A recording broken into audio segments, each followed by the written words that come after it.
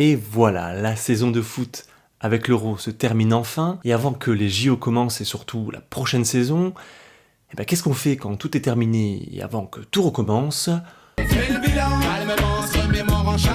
Il fallait que je la fasse, je suis désolé, c'était plus fort que moi.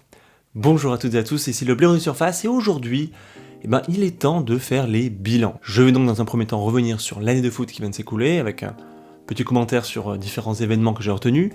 Je vais également revenir rapidement, puisqu'il y a beaucoup de choses qui ont déjà été dites sur l'Euro de foot, la façon dont je l'ai vécu. Et enfin, pour ceux que ça intéresse, je vais faire un petit bilan sur ma chaîne, son évolution, son futur. Bref, un beau programme. Autant prévenir tout de suite, je vais pas faire un énorme montage. Voilà, je suis en train de déménager, je change de vie, et donc je vais pas aller au bout des choses comme j'ai l'habitude de le faire. Vous pouvez donc tout simplement vous poser chill, tranquille, à écouter ce format un peu plus audio que vidéo. Mais si vous aimez ma tête, voilà, je suis là. Hein, c'est pas mal, non? Mais trêve de bavardage, rentrons tout de suite dans le vif du sujet avec le titre de l'Atleti. L'Atleti, vous le savez sûrement, c'est un club que j'aime bien. Et si on pose la question quel club tu préfères en Espagne entre le Barça et le Real, je réponds l'Atlético de Madrid. Oui, je suis ce genre de mec. Voilà, c'est comme ça, j'assume. Toujours est-il qu'enfin, l'Atlético arrive à remporter un nouveau titre. Ça faisait quand même pas mal de temps que c'était pas arrivé. J'ai vraiment cru sur la fin d'année, ils m'ont fait peur qu'ils n'y arriveraient pas, malgré le début d'année canon, et ça aurait été vraiment dommage avec cette magnifique histoire de Suarez qui, dès sa première saison là-bas, marque les esprits. Et surtout, je suis impressionné par ce qu'arrive à faire El Cholo, qui, d'année en année, arrive à remotiver ses troupes avec son système de jeu qui est si contraignant, si pénible. Et pourtant, quand on pense que c'est la fin d'un cycle, il arrive toujours à relancer quelque chose. Il fallait quand même en profiter cette année. Le Barça et le Real étaient particulièrement moins performants que d'habitude. Ça aurait été vraiment dommage, j'aurais d'énormes regrets de ne pas profiter, de finir deuxième ou encore pire troisième. Ça aurait été, oui, certes, une bonne chose, retourner une fois de plus, une année de plus en Ligue des Champions, mais rien ne vaut un titre. Bon, et dans le foot professionnel, il faut marquer l'histoire par des titres. C'est tout. J'ai donc vu que Simone avait signé pour jusqu'en 2024, je crois. Donc excellente nouvelle. J'aimerais quand même un jour voir l'Atlético de Madrid changer un peu. Les spécialistes ont vu des changements cette année, moi je ne l'ai pas beaucoup vu, le peu de matchs que j'ai vu. Quoi qu'il en soit, je suis très satisfait de ce titre qui est vraiment très beau, pas volé et arraché sur la fin, dans la difficulté, ce qui le rend peut-être sûrement encore plus beau. Au rayon des autres satisfactions, le titre tant attendu du Sporting au Portugal. On change donc de pays un peu plus bas, un peu plus au sud. Le Sporting aussi, typiquement, c'est le genre de pays, on me demande si je préfère le Benfica ou Porto. Voilà, je réponds Sporting.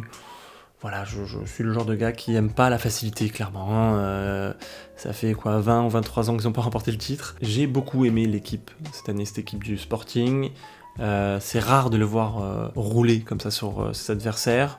Le milieu, bon, je l'ai parlé, vous vous rappelez de ce joueur Gonçalves dans une de mes précédentes vidéos. Ce titre efface, on peut le dire, en partie, ce mauvais souvenir qu'on avait du Sporting. Une des dernières fois qu'on a parlé dans les grands médias comme l'équipe, SoFoot, etc., c'était pour des mauvais agissements, clairement on peut le dire, des mauvais agissements des supporters qui avaient envahi le centre d'entraînement, etc. Et ça a même carrément traumatisé le joueur Sporting, qui avait eu beaucoup de mal à s'en remettre. Et donc voilà, ce titre arrive vraiment en point nommé, alors que le président du Benfica est empêtré dans des affaires juridiques et a démissionné, etc. Donc j'aime bien parce que ça rééquilibre quelque part le championnat de Portugal avec ce Porto qui est très intéressant. Vous vous rappelez Conceição qui était avant à Nantes, qui est parti à Porto, faire de très belles choses d'ailleurs en Ligue des Champions. J'ai hâte d'ailleurs de voir ce qu'on va faire en Europe, le Sporting, et j'espère qu'ils vont pas trop se faire dépouiller. C'est ça qui va sûrement jouer dans la prochaine saison. Savoir s'ils vont réitérer ou pas. Quoi qu'il en soit, c'est intéressant. Le championnat du Portugal n'a qu'à y gagner d'avoir un trio de têtes performants au lieu d'un simple duo ou d'un Benfica qui écrase tout. Au rayon des demi-satisfactions, on va dire ça comme ça, c'est l'Angleterre qui est de plus en plus intéressante. Pourquoi ? Parce qu'il y a une alternance. Voilà, chaque année ça change. Évidemment que moi j'aurais préféré que Liverpool ou Leicester gagnent un nouveau titre. Voilà, moi je suis un peu plus Liverpool. En Angleterre, c'est un des clubs qui me font le plus rêver. Mais Klopp est toujours là, Klopp je pense est toujours performant. Je pense que voilà, il va encore y avoir une super saison. Ils ont été décimés, il faut quand même le dire. Cette année, ça a été particulièrement difficile à ce niveau-là. Les blessures ont été terribles. Donc voilà, une belle année. Encore Leicester qui confirme, qui prend la place d'un Arsenal défaillant. Grosse déception d'Arsenal quand on voit l'effectif sur le papier. Sinon voilà, City qui ne vole pas son titre, United qui revient bien, c'est assez intéressant aussi. J'ai jamais non plus porté au nu ce club personnellement, mais ça me fait plaisir que ces clubs-là qui étaient presque au 3e rang de la Première Ligue reviennent. J'ai hâte de voir comment Arsenal va, j'espère avec Arteta en tout cas, parce que j'aime beaucoup cet entraîneur, se relever. J'ai vraiment hâte de voir ce que Liverpool va faire l'année prochaine. Ils perdent quand même un bon joueur avec Wijnaldum, je sais pas comment on dit. Bref, ce joueur, vous savez, qui est parti au PSG. J'ai hâte de voir ce que va faire Brendan Rodgers à Leicester. Est-ce qu'ils vont continuer à se maintenir à ce niveau ? Je ne sais pas. Quoi qu'il en soit, la prochaine saison, une fois de plus, va être passionnante. Vivement le retour du public. En Angleterre, c'est terrible sans public. Déjà que l'ambiance est pas au beau fixe ces dernières années. Là, il faut vraiment que le public revienne. Au rayon des surprises, c'est avant tout bien entendu la Juve qui tombe. Enfin, j'ai envie de dire, moi j'aime bien quand les apogées s'achèvent et que ça change. L'Inter mérite complètement son titre, il n'y a aucun problème. La Juve qui tombe malgré un Ronaldo encore une fois stratosphérique, qui tient à bout de bras quasiment lui tout seul la Juve, qui étonnamment n'est pas si performante que ça cette année, malgré l'Armada quand même, il faut le dire, malgré un Pirlo qu'on attendait bien mieux que ça, et dont moi j'espérais beaucoup, faut clairement le dire, parce que on a tous ce souvenir de ce joueur magnifique. Et donc voilà, la grosse surprise c'est cette Juve qui perd, et à la fois c'était pas si surprenant que ça, on sent quand même qu'il y a un cycle qui s'achève.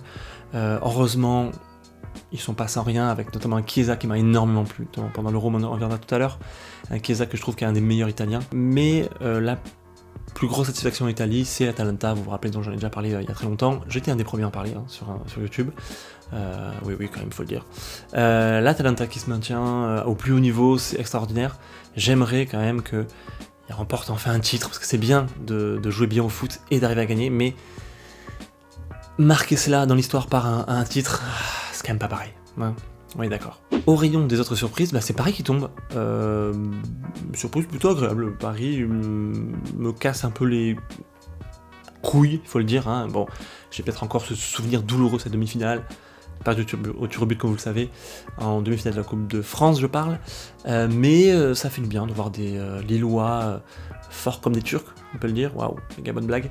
Des Lillois qui donc mettent fin à l'hégémonie parisienne. Je me dis que si Montpellier fait la même chose que la dernière fois, c'est-à-dire succède à Lille au titre de champion, bon, ça me va bien. En plus, ça veut dire que Paris ne gagne pas un nouveau titre, c'est parfait. Non, bref, c'est très intéressant. Bon, je me fais pas de soucis pour Paris, ils regagneront le titre la saison prochaine. Lille, en revanche, je pense, ne sont pas bien du tout. Pas aussi mal que Bordeaux, par exemple. Ça craint, désolé à mes Bordelais, bon courage. Bon courage, mais Lopez, étonnamment, a montré qu'il savait pas... il faisait pas que n'importe quoi, parce que j'avais d'énormes doutes sur lui, avec ces casseroles qu'il avait au cul avant Lille. Bon, je pense pas que Lille soit non plus au plus haut point, je crois que Molina en a déjà parlé, c'est pas la joie, mais bon, on va voir ce qu'ils peuvent faire. Le recrutement marseillais est pas mal, ça donne envie. Évidemment, je plussois l'arrivée à Lyon de Pedro Bosz, dont j'avais parlé dans ma grande vidéo sur les joueurs et l'entraîneur que vous ne connaissiez sûrement pas, et dont j'aime beaucoup le travail, on peut le dire, à Leverkusen notamment, à l'Ajax, bon voilà. La saison prochaine va être très intéressante en Ligue 1 également, malgré la situation financière très dangereuse dans laquelle on est. J'espère vraiment qu'on va se relever, notamment avec l'aide du public. Voilà. Si vous n'avez pas l'habitude d'aller au stade, il faut y aller. Moi aussi, je vais faire un effort si je suis toujours proche de Montpellier, de ma ville, l'année prochaine. Dans un autre championnat que je suis assez régulièrement, il y a une demi-tristesse, un truc un peu en demi-molle, je sais pas comment dire, c'est le Celtic qui, voilà, son hégémonie une fois de plus, on parle d'hégémonie, sa série consécutive de 9 titres s'arrête, dommage, ils n'arrivent pas à 10 titres, je suis un peu triste, j'aime bien le Celtic, voilà, le maillot, l'histoire, tout, et en plus c'est le grand rival qui revient, c'est quand même pas mal, je pense que l'Écosse a clairement à y gagner quand les Rangers et les Celtics sont performants. C'est une anomalie qu'il y ait qu'un de ces deux clubs qui soit au plus haut. Mais la joie, c'est quand même Gerrard. un joueur pas très important dans l'histoire de Liverpool, non pas du tout, que j'ai hâte de voir dans d'autres clubs. Et enfin pour finir ce petit tour d'Europe des championnats et des clubs qui m'intéressent, c'est le Bayern et l'Ajax qui continuent leur écrasante domination, qui est trop écrasante clairement. Bon, moi vraiment le Bayern, pour le coup, vraiment c'est un club, j'ai vraiment du mal. D'ailleurs comme la Mannschaft, pour moi c'est un peu le méchant dans les films. Voilà, qui doit perdre à la fin, mais il perd jamais, bon, malheureusement. Heureusement, Dortmund a quand même volé un titre de la Coupe d'Allemagne au Bayern, c'est quand même pas mal, vu la monstrueuse armada que possède le Bayern. Ce qui est bien, c'est qu'ils le font avant que leurs top joueurs, comme Sancho et Haaland, s'en aillent. Je trouve ça toujours triste quand des top joueurs performent ou surperforment dans un club et ne laissent pas sur leur passage un ou deux petits titres pour gagner l'armoire à trophée et faire vraiment plaisir aux supporters, parce que jouer bien, marquer beaucoup de buts c'est bien, mais finalement Haaland, il est 3ème meilleur buteur de l'Allemagne. Oui, vérifiez, c'est le 3ème meilleur buteur. Aux Pays-Bas, l'Ajax pour le coup gagne tout, c'est un peu triste. J'avais parlé, vous vous rappelez, du Vitesse avec notamment Oussama Tanan, qui performe un peu comme avait fait la Z qui revient bien d'ailleurs, qui se fait dépouillé par nos clubs français. Nice. Ah oui, Nice, j'avais pas parlé tout à l'heure, mais Nice, ça va faire mal. Je pense que ça va faire très très mal. Bon, je disais ça déjà l'année dernière, donc et avec Galtier, non, ça va faire mal, c'est sûr. La Z qui perd Boadou et Stengs, voilà. Je pense qu'ils vont avoir du mal à s'en remettre, mais il y a quand même de la réserve, ils forment très bien. Revenons donc aux Vitesse qui perd tout, et je pense que pour le coup, ils ont surperformé pendant une année. Regardez les stats. Ils perdent en finale de la Coupe des Pays-Bas, c'est triste. Bon, l'Ajax était vraiment au-dessus cette année, j'espère que ça va changer, que par exemple le PSV, le PSV je suis pas très fan, mais le Feyenoord surtout, le Feyenoord j'aime beaucoup même le Feyenoord, reviennent et viennent titiller l'Ajax. Après si un Ajax flamboyant, comme on a pu voir il y a 2-3 ans, vient titiller les monstres en Ligue des Champions, je suis pas contre, ça va plutôt même me faire plaisir. Pour toutes ces raisons, regardez le championnat des Pays-Bas si vous avez le temps, les performances de ces clubs et surtout les joueurs qui vont venir dans notre championnat, dans le nôtre notamment, sont très intéressants, donc n'hésitez pas à aller les découvrir comme je l'ai fait ces dernières années. Pour conclure donc sur cette saison qui vient de s'écouler, le Covid a permis de mettre fin à des règnes sans partage de certains clubs, et moi ça m'a beaucoup plu. C'est bien le seul point positif qu'on peut trouver à cette maladie de merde. Oui, parce que moi je pense quand même dans une saison post-Covid, je pense que c'était clairement une saison particulière. Les choses vont très certainement revenir à la normale, malheureusement. Comme je disais, les gros vont rester gros, les petits vont être encore plus petits. Le Covid a permis de rééquilibrer quelque peu les forces, a permis de voir du changement, a permis de voir des choses qu'on ne voyait pas avant, des clubs comme le Vitesse ou des clubs comme l'Atalanta qui continuent, c'est réjouissant, ça fait plaisir, mais malheureusement, tout ça va changer. Voilà, le Covid a permis au moins des changements et qui sont bons pour le foot lui-même. Attaquons maintenant le bilan de l'Euro 2020. J'ai pas mal aimé cet Euro, voilà, je commence comme ça. Et vous, je pense aussi. J'avais fait un petit sondage sur ma chaîne YouTube à l'issue de cette finale, et comme moi, elle semblait vous plaire. Vous ne vous êtes pas trompé, elle était pas mal. Moi, je voyais une victoire 1-0 de l'Italie à l'arraché, à l'italienne, une Italie qui oublie tous ses plans de jeu un peu plus offensifs, de beaux jeux qu'on a vu depuis le début de la compétition, et qui se met à gagner à l'arrache, style un coup de tête sur le poteau de Verratti et une reprise par un défenseur central au fond des buts.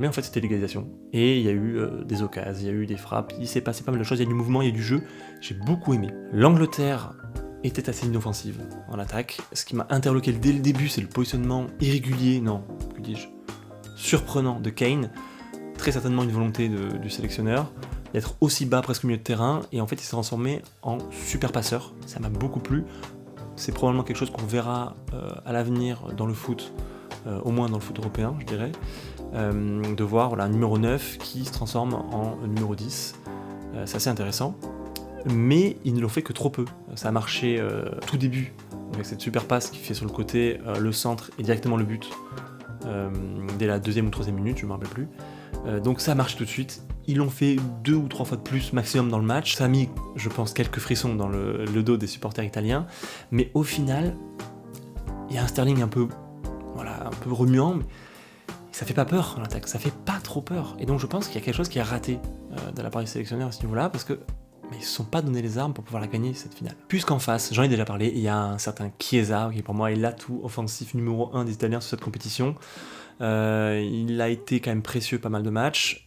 Ses buts qu'il marque sont tous importants, rapportent des points, pas du tout, mais non, rapporte des matchs à enjeu pour l'Italie. C'est une compétition très agréable de la part des Italiens, avec un jeu qu'ils ont su garder jusqu'au bout. Mancini a su garder ses idées jusqu'au bout, et des idées de jeu offensif qui ont été passionnantes, tout simplement, qui ont été très plaisantes. Chiesa, moi, dès qu'il sort pendant la finale, mais je me dis, ça y est, l'Italie ne va plus marquer, ça a été le cas. Sans certains arrêts de Pickford, le match ne serait pas allé jusqu'au tir au but. Pickford d'ailleurs que j'aime beaucoup sa dynamique, sa gestuelle, je sais pas pourquoi, il me fait rire, il a une tête, à chaque fois des expressions faciales extrêmement tirées, j'aime beaucoup, il est très cinématographique, j'ai envie de dire, on dirait, ouais, je sais pas, un personnage de BD ou je sais pas. Dites-moi à qui vous fait penser ce gars, parce que moi j'aime beaucoup. C'est rare, hein, je dis rarement que j'aime un anglais, hein, donc gardez-le en tête, voilà. Notez-le. Oui, vous l'avez sûrement deviné, je suis assez content que les Anglais perdent. D'ailleurs, plus content que les Italiens gagnent, que les Italiens font partie de mon top 3 des équipes ONI, hein, avec l'Allemagne en numéro 1 largement, puis l'Italie et l'Angleterre probablement à égalité. Donc j'étais un peu partagé, on peut vous le dire, hein, pendant cette finale, mais je me devais de perpétuer cette tradition franco-anglaise de la détestation mutuelle qui en fait cache de l'amour, hein, bien entendu. Donc je ne pouvais pas, par principe, être pour les Anglais. Ça me fait vraiment beaucoup de joie qu'ils ne remportent rien depuis 1966. Et cette Coupe du Monde qu'ils ont volée, d'ailleurs, j'en avais parlé dans une vidéo, c'est le toujours pas vu, elle est excellente, allez la voir. Go! Et donc je suis quand même assez content quand même que les Italiens gagnent, surtout de la manière dont ils l'ont fait. Ils auraient gagné à la Catenaccio, ils auraient gagné à la Salego, en se roulant par terre pendant 3 quarts d'heure de jeu. Ça m'aurait vraiment fatigué. Là, non. Ils ont de la fougue, ils ont joué, ils ont gagné, c'est mérité. Bravo à vous, messieurs les Italiens. Ce qui est intéressant de cette victoire, c'est qu'elle prouve la relation qu'il existe, bon, j'enfonce une porte ouverte, mais elle existe, entre le foot de club et le foot de sélection, qu'il a pu être pendant pas mal de temps assez séparé, assez cloisonné, et je pense qu'aujourd'hui c'est plus le cas. Pour moi, l'influence principale de l'Italie de 2020, c'est notamment l'influence qu'a eu l'Atalanta ces dernières années, puisqu'il y a pas mal de joueurs de l'Atalanta qui ont été sélectionnés, et qui jouent d'ailleurs très bien. Modestement, c'est comme ça que je le vois, en tout cas il y a de l'influence à ce niveau-là, sur le jeu, sur la façon de jouer. Ce que j'espère, c'est que maintenant il va y avoir un retour de balancier, c'est-à-dire que le foot pratiqué en squadra azzurra va influencer le foot des clubs dans l'Italie.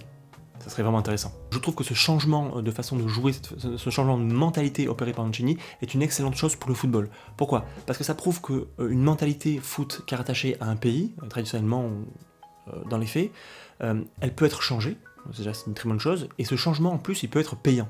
Et ça c'est très intéressant. Ça montre aussi qu'en 2021 on peut bien jouer et gagner, voilà, c'est pas interdit, on peut faire les deux. Et surtout ça casse la dynamique qui avait été impulsée en 2016 et 2018, parce que après ces compétitions-là, il y a pas mal de clubs et surtout pas mal de sélections qui ont voulu jouer comme la France de Didier Deschamps. Et oui, le football est comme ça. Quand une façon de jouer prend le dessus sur les autres, il y a toujours une autre façon de jouer qui s'élève, qui s'organise, qui se crée pour s'opposer à celle-ci et la contrer et essayer de performant vis-à-vis de celle-ci. C'est le cas à chaque fois qu'il y a eu des révolutions, notamment Barça, etc., impulsées par le Barça, il y a toujours une sorte de contre-culture qui s'est créée pour essayer de rompre la domination de cette façon de jouer. Et oui, le foot, c'est une affaire de cycle. J'en avais parlé dans mon dernier podcast. Allez le voir, hein. Si vous voulez savoir de quoi je parle, allez le voir. Il est temps maintenant d'aborder la troisième partie de cette vidéo. Je vais faire le bilan de ma chaîne. Depuis septembre, j'ai en tout et pour tout gagné 40 abonnés. 40 abonnés. Ouais, depuis septembre. C'est pas énorme. Et donc, il faut bien que j'en tire les conclusions. Ma vie, merde, putain, merde. Pardon, non, désolé. Non, je veux pas pleurer. C'est comme ça, c'est tout. Il y a eu un gain de 1000 abonnés quand même qui sont dus, et merci à Romain Molina, pendant le premier confinement. Et depuis, ça n'a pas beaucoup bougé. Je suis resté dans les limbes de YouTube. Ça aurait été pire sans le coup de pouce de Romain, donc je te remercie Romain, merci beaucoup. Ça m'a beaucoup aidé, ça m'a motivé. Mais il faut dire que depuis septembre, la motivation n'est pas non plus au beau fixe, ça s'est ressenti sûrement dans mes vidéos. Le choix également des sujets que j'ai traités ne nous a pas énormément plu. je le reconnais. Je suis resté un petit peu sur mon thème des équipements du foot. J'aurais pu faire une seule vidéo, finalement j'ai voulu le sectionner en plusieurs épisodes. Bon, voilà, il faut d'ailleurs que j'arrive au bout de cette série, j'ai envie de le faire, il reste plus que la vidéo sur les maillots qui va être la plus intéressante, la plus complète, celle avec la plus d'analyse, celle qui me tenait le plus à cœur, qui me tient le plus à cœur encore toujours, faut que je le fasse, voilà, faut que j'y arrive. Entre chaque vidéo, il y avait un épisode de podcast, donc qui n'a pas beaucoup marché, mais bon, je m'y attendais, ça marche rarement ce genre de contenu sur YouTube, mais moi ça m'a énormément plu, ça m'a énormément challengé, c'est pour ça que que j'ai créé ma chaîne, c'est pour ça que je l'ai lancée, c'était pour me challenger, pour aller plus loin, pour ne pas me dire que je passe une semaine sans créer quelque chose. Pour moi ça aurait été quelque chose de très difficile à vivre, parce que la vie de famille, la vie de travail c'est bien, mais je ne pouvais pas me contenter de faire que ça, c'était pas possible de vivre que ça dans ma vie. Donc il me fallait que je crée, que je fasse quelque chose. Et tant pis si ça marche pas, je l'ai toujours fait pour moi, et j'en suis très fier. Et donc voilà, j'ai lancé ma chaîne en 2017, voilà, on est aux alentours de 1500 abonnés, c'est pas rien, c'est pas énorme, mais c'est pas rien. Quoi qu'il en soit, je suis très content, très très heureux d'avoir vécu toutes ces aventures avec vous. Je crois que voilà, on a beaucoup évolué, rien que ma tête déjà, je suis revenu sur mes premières vidéos, ma tête n'a plus rien à voir, il s'est passé tellement de choses dans ma vie. Et voilà, et donc vous avez été un petit peu témoin de tout ça, et je vous remercie de m'avoir suivi dans cette aventure. C'était vraiment le pied, franchement c'était le pied de me coucher à 3h du mat, de prendre mon temps de sommeil, de galérer, à avoir plein de problèmes, à jamais trouver de solution, et à jamais être satisfait pleinement de mes vidéos, d'avoir un niveau pas génial, niveau amateur sur ma chaîne, je mens à personne, mais c'est mon petit bébé à moi, et c'est vraiment un grand plaisir. Je remercie également voilà, l'équipe du Nemo de Lesco qui m'a fait confiance, qui m'a demandé de faire ces podcasts, ces chroniques, vous avez sûrement pas regardé, pas écouté, mais peu importe, allez-y, c'est pas trop tard, qui m'ont permis voilà, de travailler différemment, de faire un petit tour d'Europe sur différents thèmes, et je me suis éclaté. Vraiment, c'était un autre ton, c'est un peu plus léger, c'est un peu plus sympa, un peu moins analytique, c'est un peu plus vite, et franchement, quel plaisir, ça a été vraiment le bonheur. Il faut savoir que YouTube ne met pas en avant, ou très peu en avant, les vidéos qui ne peut pas monétiser.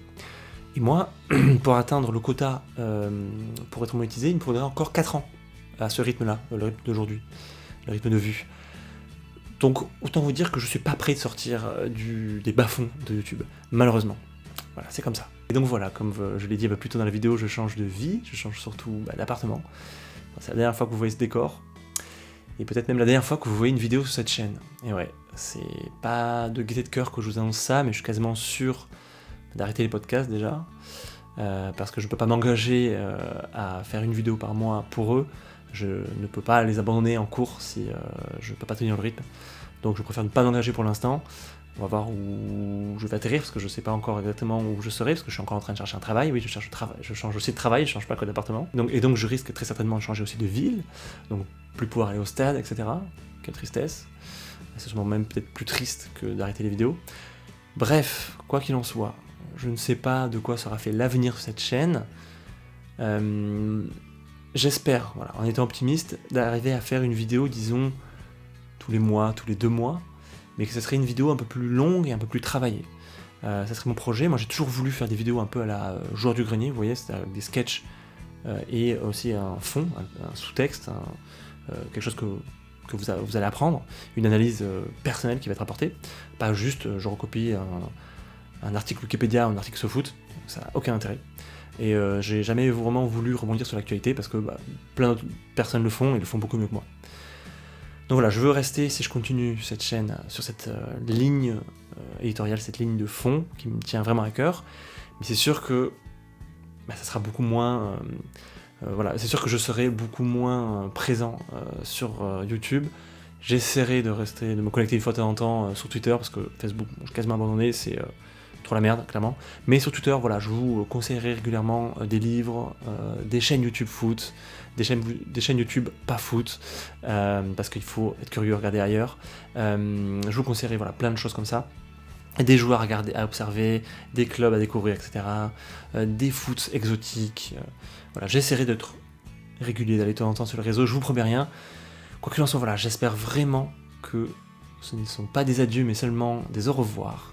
Quoi qu'il en soit, j'étais très heureux de faire cette chaîne, je l'ai déjà dit, mais vraiment, ça a été un bonheur. Merci beaucoup pour tous vos échanges, merci pour tous vos commentaires, vos likes, merci d'avoir été abonné sur cette chaîne. La chaîne n'est pas morte, je reviendrai, je sais pas quand, je reviendrai. et je l'espère très vite. Je vous aime et je vous dis à très bientôt. Ciao les bureaux.